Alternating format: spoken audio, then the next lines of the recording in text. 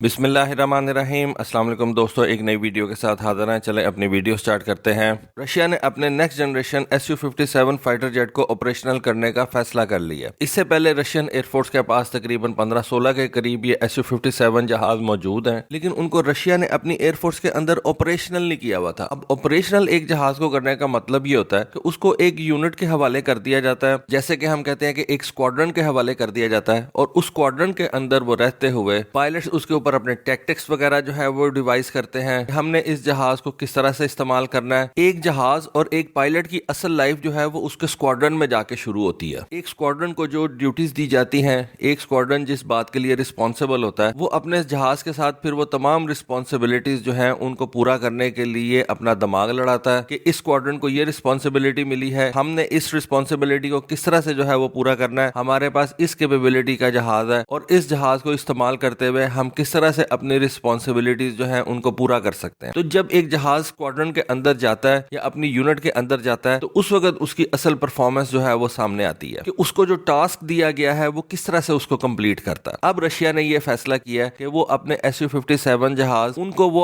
अपने 23rd fighter aviation regiment के हवाले करेगा। ये जो 23rd फाइटर एविएशन रेजिमेंट है ये रशिया के फार ईस्ट के अंदर है, लेकिन अगर ये फार ईस्ट के अंदर है और इसका नेटो कंट्रीज के हवाले से भी ऐसा कोई जो है वो लिंक नहीं बनता, तो फिर अपने सबसे बेहतरीन फाइटर जेट को रशिया ने इतनी दूर क्यों फेंका? वेल, उसकी मेन रीजन ये है कि फार ईस्ट के अंदर रशिया की वो मेन फैक्ट्री है जो इन जहाजों को तैयार करती है, और ये 23rd फाइटर एविएशन रेजिमेंट वो है जिसको रशिया के अंदर सबसे इलीट समझा जाता है। उसकी क्या रीजन है? क्योंकि Su-57 फाइटर जेट से पहले ये फाइटर एविएशन रेजिमेंट जो है 1939 के अंदर जो है उसको बनाया गया था। तब से लेके आज तक ये रशिया की सबसे इलीट फाइटर यूनिट जो है वो समझी जाती है, क्योंकि रशिया के पास जितने भी नए फाइटर जेट्स आते हैं वो सबसे पहले इस फाइटर एविएशन रेजिमेंट के हवाले किए जाते हैं। 23rd फाइटर एविएशन रेजिमेंट 1985 के अंदर रशिया ने अपने Su-27 जहाज सबसे पहले अपनी इसी 23rd फाइटर एविएशन रेजिमेंट के हवाले किए थे, क्योंकि ये जो Su-27 जहाज थे ये भी उसी प्लांट के अंदर तैयार किए गए थे। ये ओमोर का प्लांट है, ये फार ईस्ट के अंदर है। वहां पे इस जहाज को यानी कि Su-27 को तैयार किया गया था, और फिर इसको उसकी फैक्ट्री के नजदीक ही रखना जो था वो मकसूद था, क्योंकि नया जहाज जो होता है ना उसके अंदर को प्रॉब्लम्स वगैरह आ जाए, उसको सपोर्ट की बड़ी ज्यादा जरूरत होती है। तो इस वजह से इस Su-27 जहाज को फार ईस्ट के अंदर उसकी मेन फैक्ट्री के नजदीक ही जो है वो हाउस किया गया था। आपको मैं इसकी एक छोटी सी मिसाल देता हूँ कि पाकिस्तान के JF-17 थंडर का जो पहला स्क्वाड्रन था वो कामरा के अंदर ही हाउस किया गया था, और उसकी क्या रीजन थी कि कामरा ही वो जगह है जहाँ पे हम अपना JF-17 थंडर फाइटर जेट तैयार करते हैं। तो जब एक नया फाइटर जेट तैयार किया जाता है ना, तो कोशिश ये की जाती है कि उसको उसकी फैक्ट्री के नजदीक ही जो है वो हाउस किया जाए, उसका जो पहला स्क्वाड्रन रेस किया जाए वो उसकी फैक्ट्री के नजदीक ही हो। उसके बाद जब 2014 के अंदर रशियन एयरफोर्स ने अपना पहला Su-35S जहाज ऑपरेशनल किया, उस वक्त 2014 के अंदर भी Su-35 जहाज को इसी 23rd फाइटर एविएशन रेजिमेंट के हवाले किया गया था। लेकिन इस वक्त ये जो रशिया का 23rd फाइटर रेजिमेंट है ये बेलारूस के अंदर है, ये फार ईस्ट के अंदर नहीं है। इसको रशिया ने इस वक्त बेलारूस के अंदर भेजा हुआ है, ताकि इस वक्त जो रशिया की नेटो के साथ टेंशन वगैरह चल रही है उस हवाले से ये जो रशिया का सबसे इलीट यूनिट है ये फ्रंट लाइन के ऊपर आ जाए और वहां से ये अपने ऑपरेशंस जो है उनको परफॉर्म करे। रशिया के इस 23rd रेजिमेंट ने यूक्रेन के अंदर जंग में हिस्सा लिया और अपने Su-35 जहाजों के जरिए से बहुत सी एयर टू एयर किल्स जो हैं उनको परफॉर्म किया, या उसके क्रेडिट के ऊपर बहुत सी एयर टू एयर किल्स जो हैं वो इस वक्त मौजूद हैं। जबकि एक Su-35 इस 23rd रेजिमेंट का जो है वो यूक्रेन के अंदर गिर भी गया था। कहा तो ये जाता है कि उसको कोई मेल फंक्शन हो गया था, लेकिन समझा यह जाता है कि उसको सरफेस फायर के जरिए से जो है वो गिराया गया।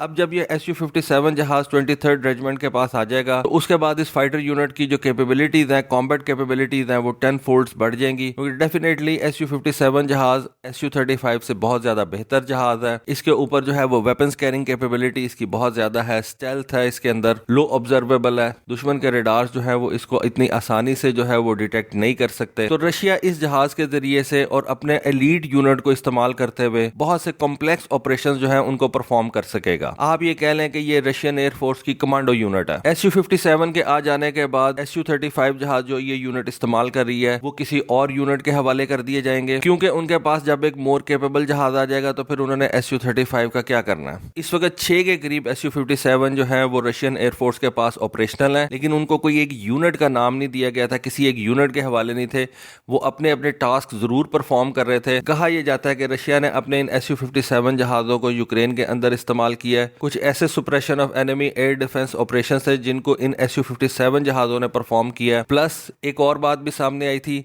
कि एक एयर टू एयर किल इन SU-57 जहाज़ों के क्रेडिट पर है, जो इन SU-57 जहाज़ों ने यूक्रेन के अंदर ही परफॉर्म किया है। 23rd फाइटर एविएशन रेजिमेंट के पास जाने से पहले ये जो SU-57 जहाज़ थे, ये एक सदर्न मिलिट्री डिस्ट्रिक्ट क्राइमिया के अंदर जो है इनको प्लेस किया गया था। वहां पे इनको टेस्टिंग पर्पजेस के लिए जो है वो रखा गया था। लेकिन अब ये फैसला किया गया है कि इन जहाज़ों को प्रॉपर एक यूनिट के हवाले कर दिया जाएगा, वहां पे इनके नंबर को बढ़ाया जाएगा, और जब ये एक रेजिमेंट कंप्लीट हो जाएगी तो उसके बाद फिर दूसरी तीसरी रेजिमेंट्स जो है उनको रेज किया जाएगा। इससे पहले जैसा कि मैंने आपको बताया कि रशिया के जितने भी ये टॉप एंड के फाइटर जेट्स हैं, जैसा कि SU-27 हो गया, जैसा कि SU-35 हो गया, ये इसी 23rd फाइटर एविएशन रेजिमेंट के हवाले किए जाते रहे। 1985 में SU-27 जो है वो इस 23rd फाइटर एविएशन रेजिमेंट के हवाले किया गया। 2014 के अंदर SU-35 इस 23rd फाइटर एविएशन रेजिमेंट के हवाले किया गया, और अब 2023 के अंदर SU-57 जो है वो इस 23rd फाइटर एविएशन रेजिमेंट के हवाले किया गया। और उसकी मेन रीजन जो ये है कि ये फाइटर एविएशन रेजिमेंट जो है ये अमूर एयरक्राफ्ट प्लांट जो कि उनके फार ईस्ट के अंदर है उसके साथ अपना रनवे शेयर करती है। अमूर एयरक्राफ्ट प्लांट और ये जो 23rd फाइटर एविएशन रेजिमेंट का जो रनवे है वो सेम है, दोनों एक ही जगह पे अपना जो है वो ऑपरेशंस करते हैं। तो इस वजह से अगर इन नए जहाजों में कोई प्रॉब्लम हो तो उनको साथ ही जो है वो फैक्ट्री में भेज दिया जाता है। इस वजह से इन जहाजों की जो सपोर्ट है वो बड़ी जबरदस्त रहती है। SU-57 काफी पुराना प्रोजेक्ट है,